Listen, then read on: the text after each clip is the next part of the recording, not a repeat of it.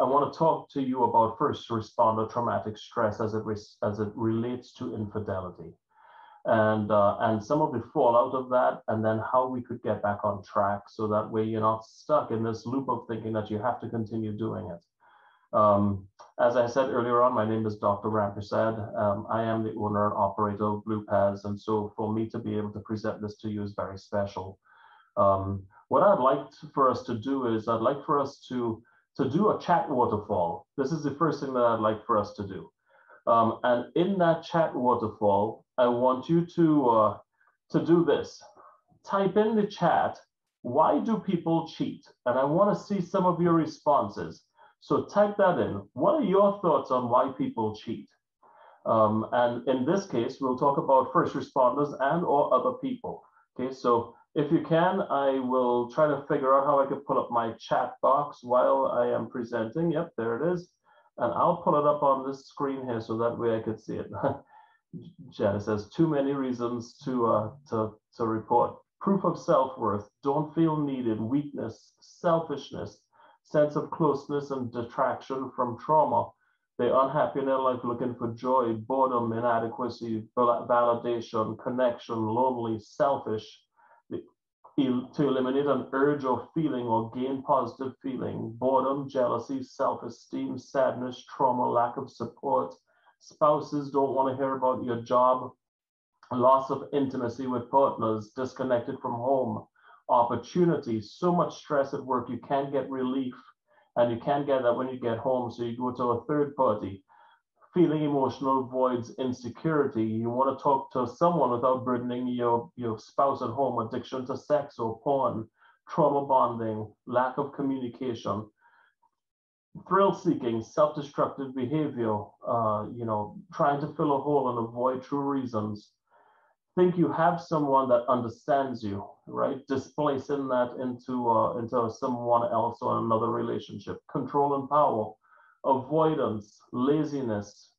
From the other side of the equation, there isn't a good reason. As a spouse, we can do everything possible, and it isn't enough because our spouses won't get the help they need. When the person outside treats you better than the one at home in many ways. Wow, this is phenomenal. I mean, you guys had a tremendous list of reasons. I'm not as good as you guys, I will say. What I will say is that my answer to this, I still see some more coming in here, curiosity, and they're being threatened that if they leave their spouse, they'll never see their kids again, so they stay because they feel stuck. That is true. Ego. So here's my short answer for you, okay? And we're going to talk about multiple reasons afterwards as to things to look out for. Deep-rooted problems is what I'm hearing from folks too, okay? Here's my answer for you. People cheat because they choose to. I didn't have all of that education that you guys have with all of these reasons. I could say because they choose to. So I told my wife earlier on, I like to throw myself under the bus all the time. And I told my wife, I said, hey, do I talk about my past? Do I tell them about, about things that I have done in my life that I'm not happy about, And she says, is this how you're going to tell me? And I said, this absolutely not at all. I've been with my wife for 19 years now, and there is nobody that compares in terms of beauty and intelligence and making me happy and fulfilling my life. So I'm very, very fortunate. I just happen to be and pick the person that I choose to be with every single day. But people choose to go off of that path. We choose to go off of that path. I have worked with so many people that have been victims of cheating, as well as people who have done this. And this is one of these things that people fall into a trap, feeling like this is something that is going to help fill their life. And then all of a sudden, they don't know how to get out of it. Years and years ago, I did a study on cohabitation as it related to divorce rates. And what we were researching was to see when people break social norms, how easy is it for them to break another social norm? Now we know that divorce, back then it was, not as high as 50% when we were doing this, but it was close to 50% of marriages ended up in divorce. Uh, but it has risen now, and now we have even more non-traditional relationships where people aren't even deciding to get married anymore. It's almost like they've given up on love or the concept of love. Or what does a fairy tale relationship look like? Does a fairy tale relationship look like everything that I compare to on Facebook and Instagram and other places that I get my source of what a relationship should look like? I don't know that these are realistic avenues for us to figure out what a relationship is and should be. What about when we have families that may not have given us a prime example of what a relationship should look like? These are things that start to affect us, right? And so I think it is important for us to keep in mind that there are a multitude of reasons why people do decide to cheat. But at the core of it, we make that choice. We must say that, and we must have that attitude, even though I know must is a thinking error. We must have this in order for us to be able to have accountability. Because the only way that we could really have accountability is if I take responsibility and accept that I have a choice. And then from that, I could do more. All right. I know this is probably going to spark a lot of conversation, which I welcome for sure. So please do feel free to chat and type in stuff. So I was looking through the internet, and I was looking for things, that might be other reasons that people were saying. And this one came up. Most people cheat because they're paying more attention to what they're missing rather than what they have. And at what point in a relationship do we start forgetting what we have? And why do we allow ourselves to get to that point? Well, there's some mitigating factors. I know that sometimes there's a fine line between excuses and explanations. And so this is not to excuse anybody at all. This is to just have considerations of things. These are real life things that we as adults realize. Okay, our parents' lives weren't perfect. We know that for a fact. I mean, even though we may have had this idealistic bubble in a lot of ways as to what our families of origin look like, you never, as a child, as you get older, you never really actually realize that your parents may have had a lot of stuff going on in their lives, if they stayed intact, that you'll never know about. And they may take these things to the grave and you'll never know about them. There are adult things that adults should really factor in and take care of. So we have family of origin socialization factors. These are the things that we see our parents do, right? Could be same-sex parents, opposite-sex parents, it doesn't really matter. We see our parents doing this stuff. And we grow up and we're looking up to these things and seeing, okay, arguments were common in my house, and so when I argue, it doesn't mean that I don't love you. It just means that we grew up differently. And when your parents fought, they went behind a closed door. And so when we fight in front of the kids, it feels traumatic to me. And, I remember a marriage and family class that I took many, many, many years ago, a couple decades ago now. And this person she said, if you want to see how your families are going to get together and how you guys are going to succeed in a relationship, just take your families, both people's parents, and put them in a house for a weekend and see how they get along. This is truly how we determine how we will be with our spouse or the partner that we choose in a relationship, because we bring with us all of those factors that we're not really paying attention to in our life. How about work culture, socialization factors? And when we get into things like that, we're talking about specialty units, right? So SWAT or SAU, SRT. You have UA, so undercover UC folks, right? Undercover agents that are doing work. When you work within NOCs and you're doing specialty units that actually encourage you to be deceptive, how do you separate out being deceptive at work to not being deceptive at home? What happens when you get a thrill out of trying to flip a suspect and get people to turn, and then you can't turn that off in your own personal life, and so you continue to go out to places and you engage with people in certain circumstances where you try to engage in this psychological mind tricks with people, right, in social settings. And then before you know it, you're ending up in a particularly sticky situation. I told someone the other day, we were chatting, and he had gone down a road of infidelity, as a lot of people that I work with have explored, unfortunately, and unfortunately because it really causes a lot of stress in their life. And I said, hey, listen, don't ever take another phone number from a female again. Don't do that. That is something that until your wife passes, hopefully it's not anytime in the near future, you don't want to have that violation and that ability to be able to try to explore things. You want to cut that off at the pass. So what does that mean for me? For me, I have a fixed face. I don't flirt with people. I don't make them feel like I'm interested in them. I don't talk about certain types of conversations with people. I make sure to stay very neutral, right? So that's one trick that I have learned throughout my life, is that I don't give off that vibe, because I don't want anybody even having a faint idea that that is something that I'm interested in. Perceived need for control and power. Somebody had said this in a chat stream. If not at home, then where do you get that control and power? Well, you have that on the street. You take care of that stuff in your job, and you have this power and control that you exert. But then when you get home, what happens if you don't get that power and control at home, the decision-making skills? Well, I know a lot of officers who decide, when I get home in the afternoon, I do not want to make any choices because I had to make choices all day long. And as a result of things, I feel burned out on making choices. So now I just want to get home and just relax. And I want you to take over and kind of make some decisions. But there is also a degree of power and control that you want within a relationship.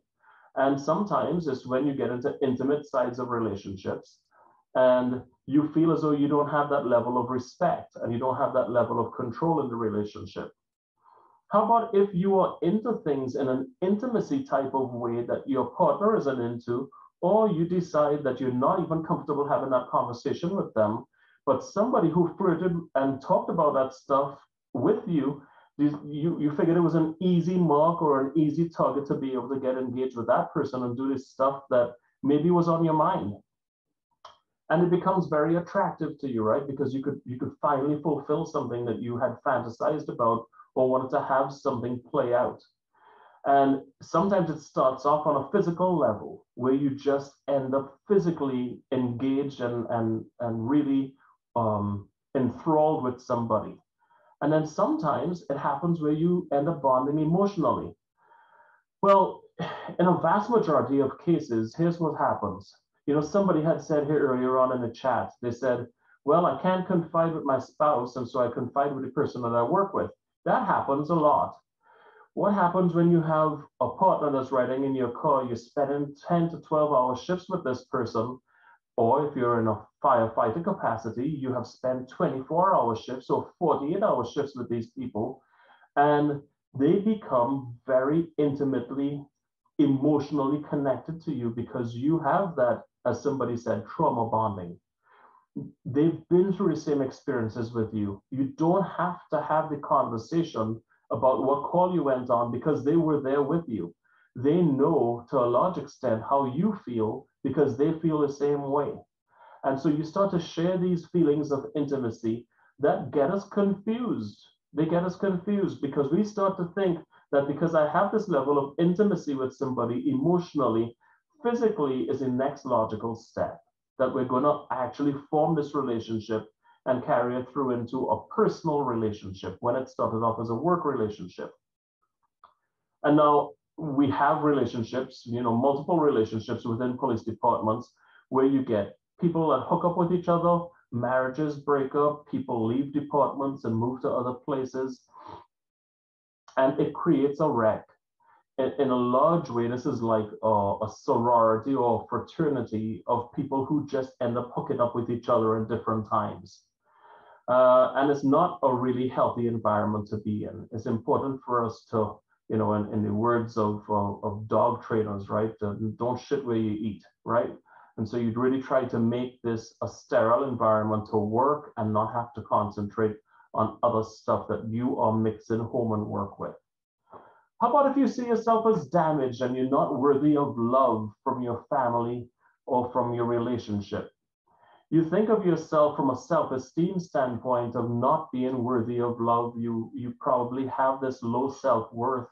And then somebody comes into your life and they build you up and they say, wow, you're an incredible cop.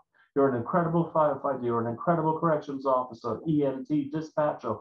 And they are starting to fill you up and to build you up. So now you feel, wow, I'm appreciated. I feel like finally, you know, I'm worth something to someone. And therefore, I start pursuing that along the way. I believe that people have an unrealistic expectation of a lot of things. I think sleep is one of them too. People believe that sleep should be perfect, that everybody goes to sleep like Sleeping Beauty and wakes up 8 hours later and, you know, birds are chirping, and et cetera, et cetera. I think we also have this unrealistic expectation as it pertains to marriage and relationships. Here's one thing that is important to note. Relationships are not 50-50. So we have to get that off of the table, right? Relationships are not 50-50, and people need to understand that sometimes I might be sick. Maybe sometimes I have to go for surgery. Maybe sometimes I'll be in a position where I have to take care of my family that's not in my house, so extended family or primary family. And I could only give you 20% that day. I could only give you 10% for 5 months. And somebody else is picking up that difference. And then people start to become worn out. They start to become burnt out. They're not feeling like they have balance in their relationships. And 6 months turns into 2 years. What happens if you have somebody that has cancer in your family and you have to suck it up for a few years? What happens if it's 5 years? What about the bond of your relationship means something to you to say that you want to stick it out? Now, I do think that if you're in a non-marriage type relationship, you have a lot more flexibility, right? You can choose. This is not what I want in my life and I want to move on. And so you break up and you move on from that relationship. Whereas in a marriage relationship, what about the vows that you take in a relationship? How important are those things to you? Yes, they were important in the time, but how do you continue to keep that bond and that vow important to you? That is a conscientious choice that we need to make to be able to exercise that. It's very much like exercising, like going to the gym. You have to exercise that, okay? Comparing yourself to that social media stuff. We talked about this just now a little bit. And I think that, you know, even before social media on electronic media became available, we had Vogue magazine, GQ magazine, all sorts of these magazines. There's always been some sort of media, whether it be in print, radio, audio, however you take it, that we've compared ourselves to in an unrealistic fashion.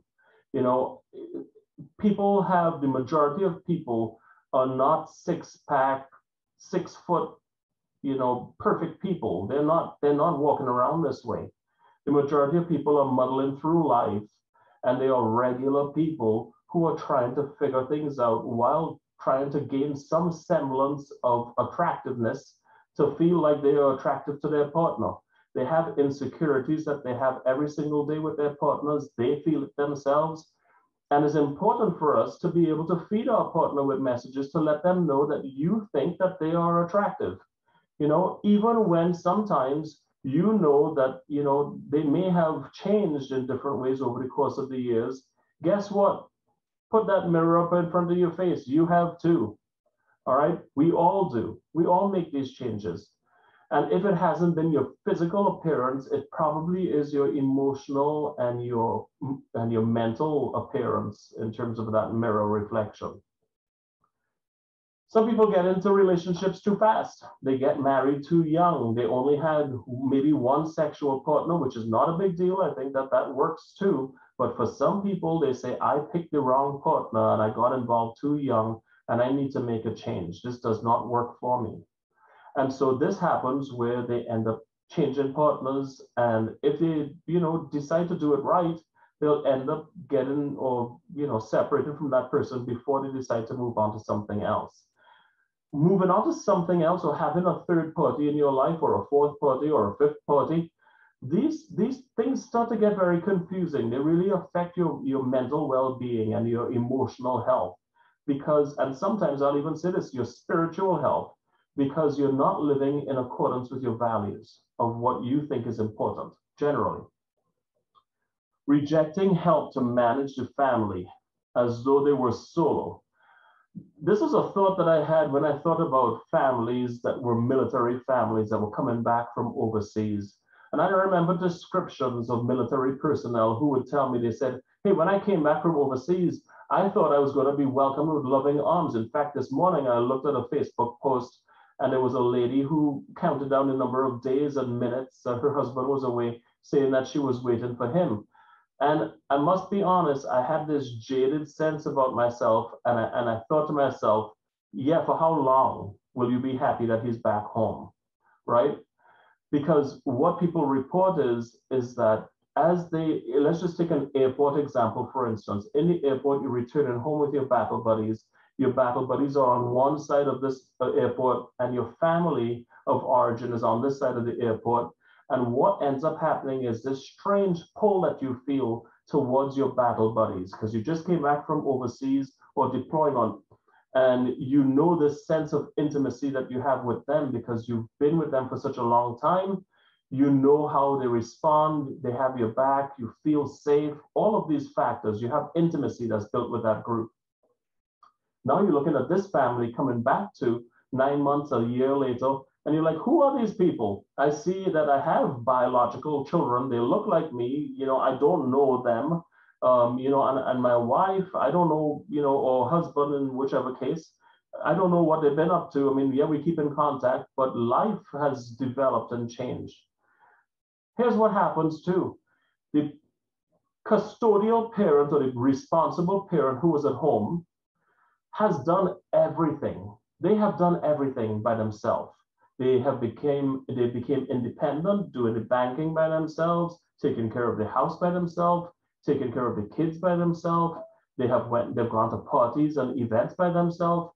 And all of a sudden, we come back from overseas or get back into our family, and we expect them to welcome us with open arms like we are the King Tut, right? And we want to take over and do stuff. And then you start to get this pushback. And the realization is that I don't have a place in this family because this person that I left at home is now doing everything. So where do I fit in? And that is a slap in the face for the person who is coming back into the community. And they don't realize that they have to have time to adjust. We need to be able to have these readjustment periods where we slow things down and talk about some of the independence that that person has had to have. And honestly, may have to have again if I go away on another deployment. What if I'm a firefighter and I go on 24 or 48-hour shifts and my family at home is now gaining this independence. And when I come back, I'm constantly doing this honeymoon period to this kind of argument period, right? Breaking, storming, and norming and forming, right? And it keeps going on and on with every shift that I go back to. And at some point, they're going to start saying, would you please retire already? Because I'm just sick of this up and down, this go back and forth kind of stuff. Let's try to get across here to the next slide. So these are awareness, signs, and symptoms. I had labeled this differently the first time, but I think awareness, signs, and symptoms are more important than, it's not signs and symptoms that you should be suspicious of cheating, right? But there's signs and symptoms to pay attention to in yourself and in someone else that you live with to really hone in on some risk factors. So alienation is one of these things. We talk about alienation, especially when people get involved in high intensity situations at work. And they withdraw, they pull away from their family, and it's a natural inclination and tendency to be able to pull away, all right? How do we balance that so that way it isn't done for too long and repetitively for every single incident that occurs at work? Anger. You know, if you go back to the old school Freud stuff, Freud would say that we have reaction formation and some of this stuff, right? We receive these, we project this onto other people. We want to be angry at someone else so they wouldn't get onto our trail and identify us as being a fraud or being involved in some kind of activity that we shouldn't be involved in. All of these angry types of issues that we put forth affect the family unit, where they now become angry at us. We have this transference and counter-transference. Sorry for being nerdy, but these are some of the things that happen subconsciously that end up feeding each other, and then people end up arguing with each other, and they have this argument structure that they can't break, or they feel like they can't break, but you can. How about frustration with family? The littlest things piss you off. You know, quintessential stuff is leaving the cap off of the toothpaste, you know, but what about if people throw their clothes on the floor, or they don't put away their toys, or you have people who leave food out on the counter, or their dishes build up in the sink, or you get home and you've had such a long shift, you take out your frustration with the family, and you're like, I don't want to do this every single time I come home. I prefer to go to somebody else's home who has their shit together, so that way I don't have to argue every single time I come home.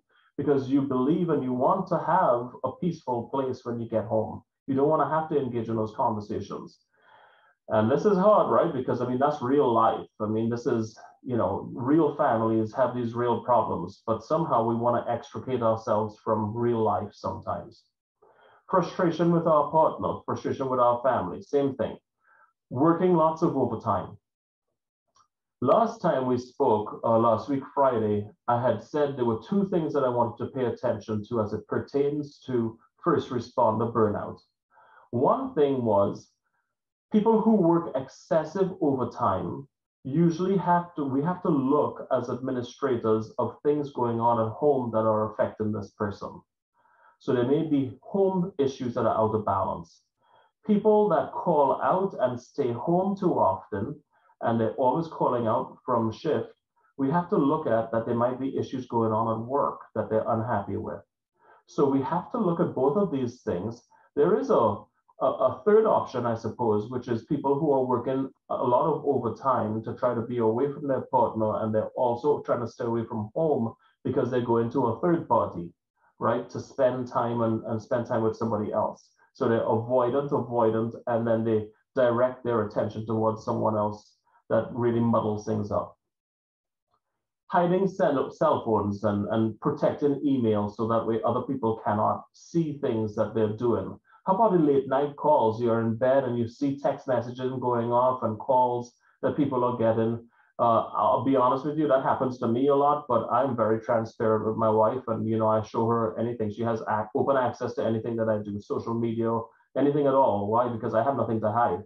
And so looking at calls, like if she knows if I get a late night message, it is related to a work related function. You know, I've been on the phone 1, 2, 3 in the morning sometimes, and I go to the bathroom to be able to respond to people who are having a crisis. But she knows the nature of the job that I'm involved with, right? And she knows that that stuff is just work. This is all work. Avoidance of conversations.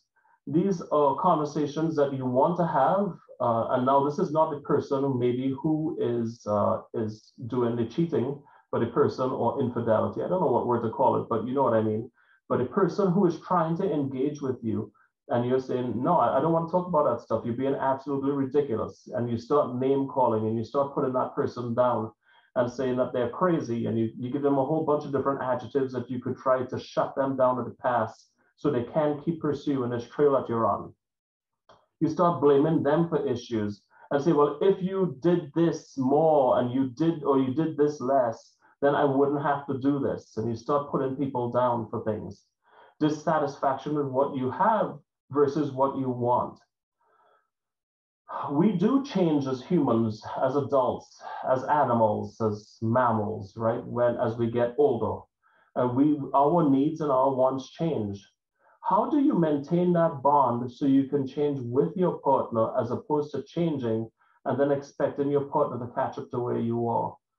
How do you have these conversations, maybe on a daily or weekly or monthly basis, where you spend time with your partner to be able to let them know, hey, this is how I think now versus how I thought then, and to be able to grow with them. Concentrate on ways to do that stuff. It's more positive. Anxiety and guilt. Of course, if you have cheated, you have felt anxiety and guilt. You don't know how you're going to dig yourself out of this hole. It feels like you're stuck. What happens if the person says, if you leave me, I'm going to tell your spouse, I'm going to tell your partner all of the things that you and I have done. I have videos, I have pictures, I have text messages, I have all sorts of stuff, emails that I will share with your family, and you'll be ruined. So you cannot leave me. You have to stay with me. You feel stuck. You feel like you cannot make a change at all. I want to urge you that you can. We'll get to that a little bit later on. You can make that change still when you're not stuck, but people do feel stuck on that. I know that people sometimes feel like suicide is the only option when they get to certain places where they get strong-armed and they don't want to come forth and say exactly what has happened. So they get remorseful, they become apologetic. What about trying to protect your family from what you see and do? So in trying to do this, you are shutting down. You're not telling your spouse anything that happens at work. Maybe 15, 20 years ago, you came home one day as you were new, you were a rookie, you came home and you said, hey, honey, man, you should see what happened at work today. We rolled on this call and there was a kid that was crushed under a tire of a truck. I had to get the truck off of them and I was trying to perform CPR and their body was all mushy and blah, blah, blah. And your spouse goes, whoa, I don't want to talk about this shit. I don't ever want to hear about this stuff. Never tell me anything about work again. And you take that message from 15 to 20 years ago on probably one of the worst calls that you'd have gone on in your career. And now you've applied this 20 years later to the fact that you refuse to tell them anything at all because you felt shut down 20 or 15 years ago. And I like to tell people, revisit these conversations with your spouse. Have conversations saying, hey, is it okay with you if we talk about some of this stuff? It doesn't have to be the worst of the worst stories, but I have a lot of stories that I go on or that I respond to that it will really help me if I were able to share with you. It'll also help our intimacy if I'm able to share some stuff with you. And I tread that line as well because my wife works with kids and sometimes, she has kid stuff that happens that I'm like, whoa, I could do adults and criminals all day long, but kids really, they touch your heart in a different way, right? So I try myself to remain open as much as I can and hopefully gain more traction in building that intimacy. Sexual shutdown. So this is sex as being used and weaponized, right? So you weaponize sex by withholding or they withhold, and you use sex as a weapon to get them back or get back at somebody and to be able to exercise that elsewhere, to say, I don't need you because I could fulfill my needs somewhere else. Maybe one of the toughest things for this has been the advent of applications on phones that people have easy access to be able to, I do this swiping left and right. I've never seen Tinder, so I don't know what it looks like, but people tell me that you swipe left and right for people. And so when you do this kind of stuff and you're swiping left and right for people in whichever way is which, how does that influence the quick access to sexual gratification that you could get? Now, we have to keep in mind, sex is a huge drive for people, all right? And whether you want to believe it or not, for whatever reasons that people get or decide to go cheat on somebody else and choose to cheat on somebody else, it is this primal drive to want to have sexual gratification. So we have to keep that as being very important in terms of some of the reasons why people choose to step out in relationships. Adrenaline rush is a junkie to feel alive. Sometimes you get involved in really high risk-taking events, right? Not all officers, as Dan Green was talking about last week, will get involved in an officer-involved shooting in an OIS. That is not the majority of officers. Yet still, sometimes you ask people, hey, why did you become a first responder, whether on the fire side or the police side of things? And they say, well, because I like the adrenaline. I like knowing that no 2 days are alike. I like the crisis aspect of things and being able to help people. And some cops will tell you, yeah, I like being able to drive fast and carry a gun. It's really cool, right? Well, these things play out in other ways too. What about veterans that come back that are popping wheelies on the highway and they're driving at excessive rates of speed, they're crashing out, they're dying? This stepping out in relationships is just another part of it, right? So you remember I talked earlier on about breaking social norms. Social norms get broken as well when we start to engage in these types of behaviors. And if I was already breaking a social norm, then why would I not break another one? So we have this feeling alive kind of feeling. Sudden interest in physical improvements. Important to pay attention to. It's not like where you've been, thinking about this for a while and you're like, hey, I need to be able to lose weight. I need to get healthy again. I need to get back on track. It's this, wow, I want to make myself marketable to other people. And so I want to fix this really fast so that way I could put myself out into the field, and be attractive to the person that I want to be attractive to. And then you have this battle buddy mentality with the coworker, it's us versus them. Well, it's hard to be involved as a family member in the us category if you only see the us category as being a work environment. How could they compete with that? It's not fair to your family member to try to get into the us category when you keep putting them into the them category. Look for changes in activity. You'll find that whether it be through, and I have on here too, banking or financial things, you might find people moving around money and opening new accounts, and maybe you're not on that account, maybe you don't know that certain accounts exist, maybe you get surprised and blindsided by stuff. Changes in general activity, changes in lifestyle and activities and things that they're doing, in people that they talk to, places that they go to. Withdrawal from this intimate relationship, suspiciousness that you might be doing something. Sometimes they like to throw you off the trail by saying, hey, you're doing stuff, right? Are you messing around on me? And they just want to keep you off kilter so that way you wouldn't have that suspicion on them, right? Changes in communication patterns, excessive silence. That communication patterns could be raising your voice, lowering your voice, shutting down, talking too much. Excessive silence is one of these things. Unusual behavior. You see their time patterns start to change. So you know for a fact that they get off shift at a certain time, but they're not showing up home for 2 hours, 3 hours later. Well, what's going on during that period of time? Well, I was in the squad room, I was in the department, I was at the station, and we were just shooting this shit and time flew by and I didn't pay attention to stuff. Probably not true, okay? That happens once in a while. It doesn't happen very often where you have to do that. You choose to do that, but you don't have to do that.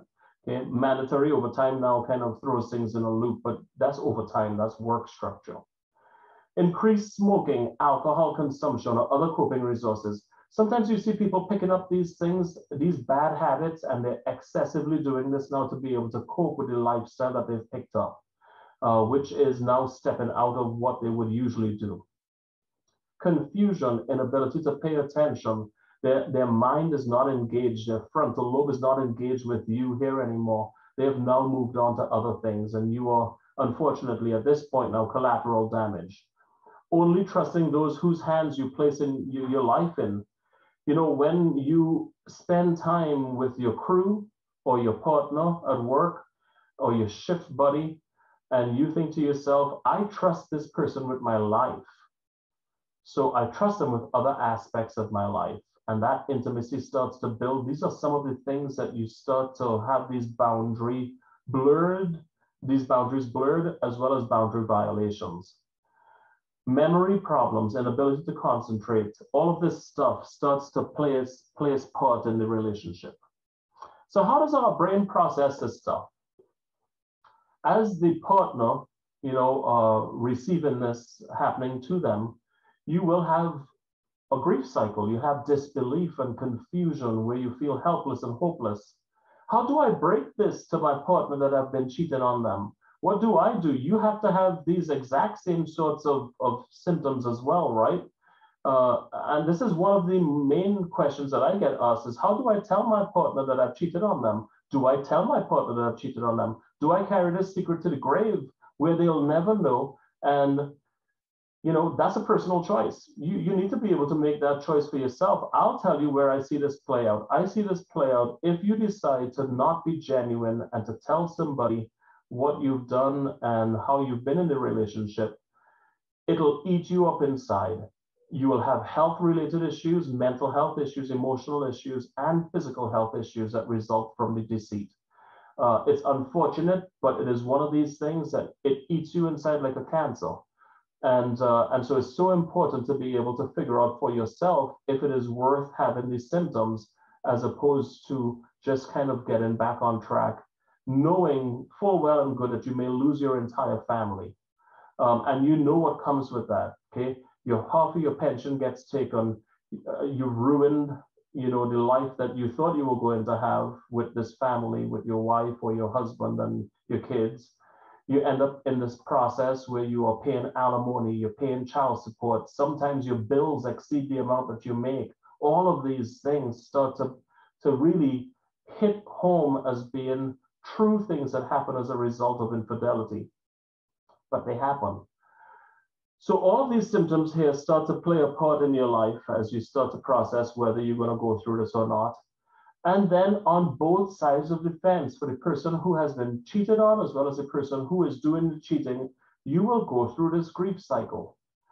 And this grief cycle is not a linear process where you know, let's say as a recipient of cheating, you went through shock and denial, anger, all the way through to, I wish this didn't happen, you know, how could you do this to me, sorts of things, to then saying, you know what, I am going to try to accept what you did, and we're going to try to see if we could continue to build this family. Because honestly, one of the hardest things to figure out is, how do I continue to build this family? Why do I even want to invest my time thinking that this could happen again to me in the future?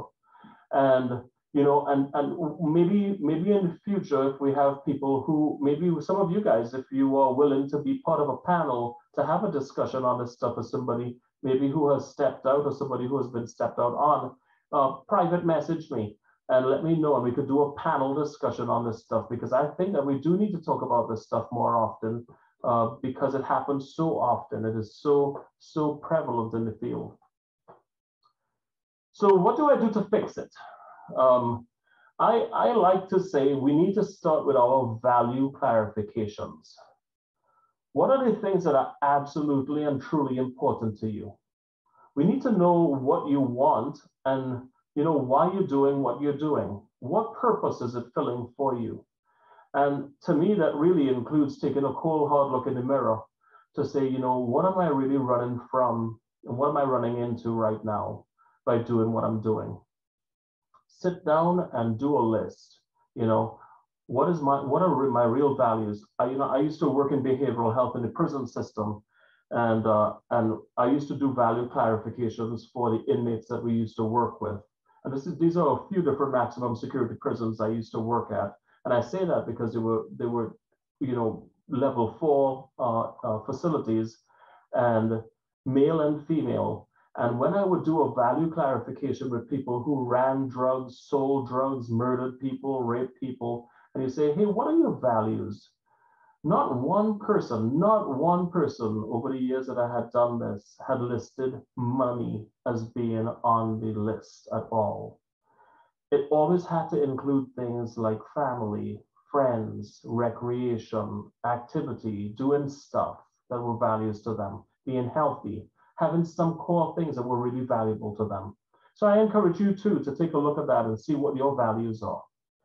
Accept that no two parties are perfect. And it's true, you are not perfect. I joked with my wife when we were getting married. I told her, I said, I am choosing to settle for you. It probably was not the most romantic statement she ever heard, but I said, but here's the thing, you are choosing to settle for me as well. And she looked at me almost kind of half offended and said, I don't want you to settle for me, right?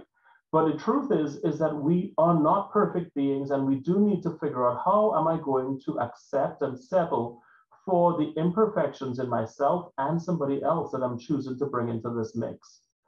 And then we have kids, and the kids aren't perfect. Every parent wants to think that the kid is perfect, but it's not true, right? I mean, yeah, we have great kids, you know, no matter whatever they have going on with them. But we all have in our families imperfect beings that are trying to do the best that they can. And we have to learn how to accept these people. Make daily decisions and actions. I learned that one from my wife. How do you decide every day when you wake up that you're going to take actions and thoughts that are going to make the initial choice to get married or to get into a relationship the right choice for you? Am I doing that on a daily basis? Am I cognizant of it, that when I decide not to pursue someone or talk to someone, that I am investing in the bank of importance into my family and my relationship? Increase communication. Communication is super important. Whether you get 5 hours a night to be able to do it, or text messages during the day where you check in with your spouse or your partner, maybe a heart text message because you don't have time to talk, letting them know that you're thinking about them or that you love that person. It's important to increase verbal and nonverbal communication.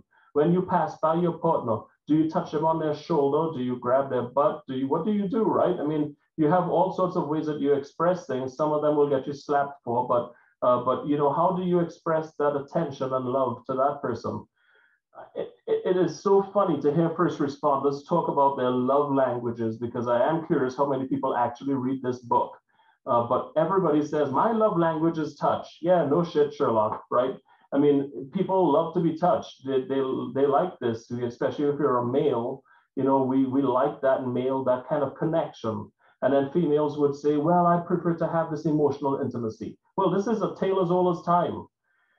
You want to be able to bond with the person in terms of how they perceive and receive love. Now, some people come from really damaged backgrounds and damaged families where they don't know how to receive love. They don't have a bowl to be able to put that in. So how do I try to understand that before I even get into a marriage situation with this person? So that way we could actually have communication about how it would be possible for them to understand that you love them. And is there a place for that to be? Increase transparency and accountability to your partner and family. I'm not saying that you have to turn on your GPS tracking system for them to know where you are at all times. There should be, is a thinking error, but should have a degree of trust in your relationship, right? So not to the point of saying that you need to do that sort of stuff. But if you're going to go somewhere and you have to run out and do some stuff, it's polite and it's courteous to say, hey, I need to go run to the hardware store and I'll be back in half an hour. Or plan that out with the person saying, hey, we have this stuff to fix. Maybe I'll go run out and get this stuff. And then we'll have to figure out what's going on for the rest of the day with the family so we could kind of fit in what the routine is for the family. Seek opportunities to be faithful. Seek opportunities to be faithful.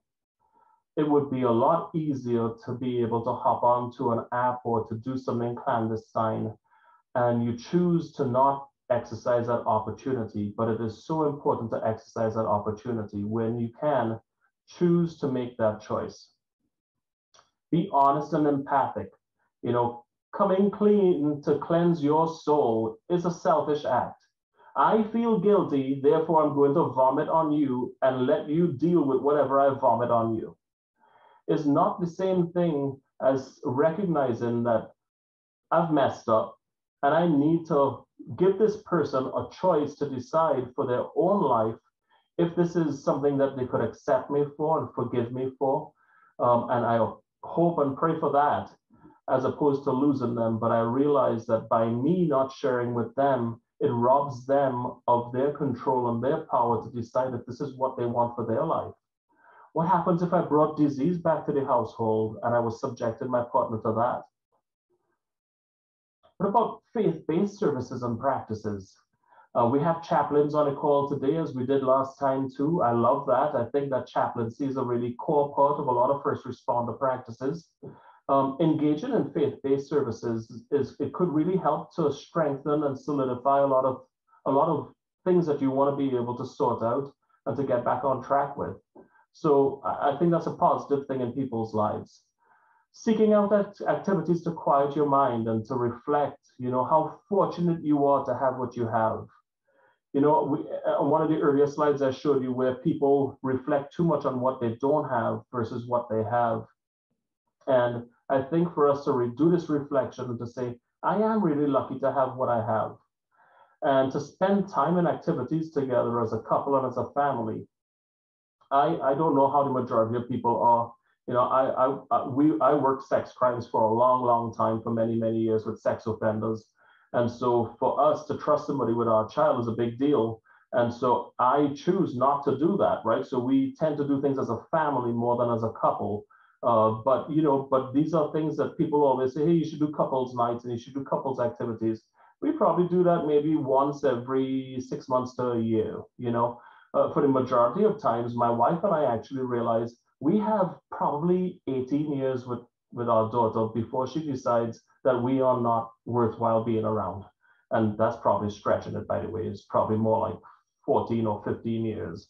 So we want to capitalize as much as we can on investing in that bank for our family, knowing that, you know, we are strong as a couple and we'll be able to get through this stuff as a family. Increase intimacy by sharing with your partner instead of choosing an outside relationship to share intimate things with. Make that choice and go to therapy individually. If you have cheated already or you have had infidelity in a relationship, seek this out where you could go individually to a therapist or to a spiritual counselor, not to a friend, because they unfortunately would not have an objective opinion on this stuff, because chances are they'll know you and your partner. And then go as a couple if you can to get some couples counseling to figure out how you really make this work. I have seen where people have had infidelity in their relationships where they can make things better. They can bond, they can get past infidelity. It does take a conscientious effort on both parties to be able to want to commit to it again, especially after the trust has been violated. And, you know, in the first responder world, especially on the cop side of things, trust is everything, right? But yet still we violate that trust in our own families. So we need to figure out how we stay true to our values. And one of our values is trust. Significantly decrease your dependency on alcohol and other things that will lower your inhibition. We don't want to have those things that will put us in places like bars and other social situations around people that we don't need to be around. I have said from a very early age, people asked me a long time ago, hey, you want to go golf?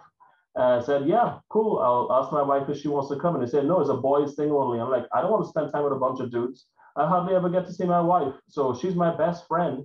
And if we're going to go golfing, I want to have my best friend with me.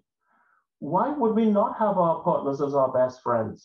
Why would we not say, hey, look, it doesn't matter if my best friend is a male or a female. I want to spend time with my best friend to be able to do fun stuff with. As I only have a couple more minutes here before we break for lunch, but I want to say, use active listening steps. Know and understand and listen to what your partner has to say. Listen to some of the stresses that they have as well. It's not only about me. I need to be able to listen to their stresses and go through some of their emotions to be able to have some sort of outcome afterwards to help build that intimacy. This is post-cheating, right? But even pre-cheating is even more important, but you could still do this stuff after the fact. You will be beaten up on for cheating. It happens and you have to take your licks, and hopefully it's not going to be where you end up too bitter from it, because, you know, it's something that happens in relationships. Utilize active listening skills. I compiled this slide a while ago, and I use this slide to teach active listening skills, which is a nice combination for me of CIT skills and CNT skills. I think that being able to practice and to use these skills is important. I wouldn't go into details of what these skills are today, but you could take a picture of it. These slideshows will be up on the website within the next couple of weeks or so, as we get all the slideshows together as well as the videos.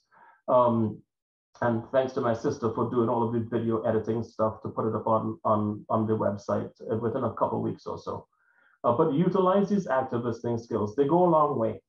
And then, you know, we have suicide prevention hotlines. We have relationship counselors. We have resources that you guys could get to.